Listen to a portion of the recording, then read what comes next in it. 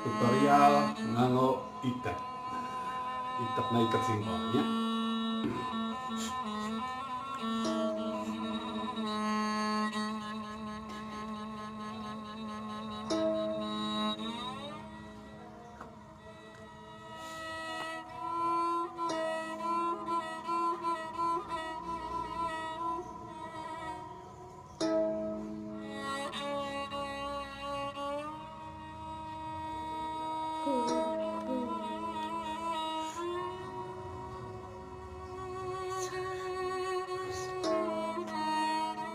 Ikat simpel jadi nikmat, sederhana,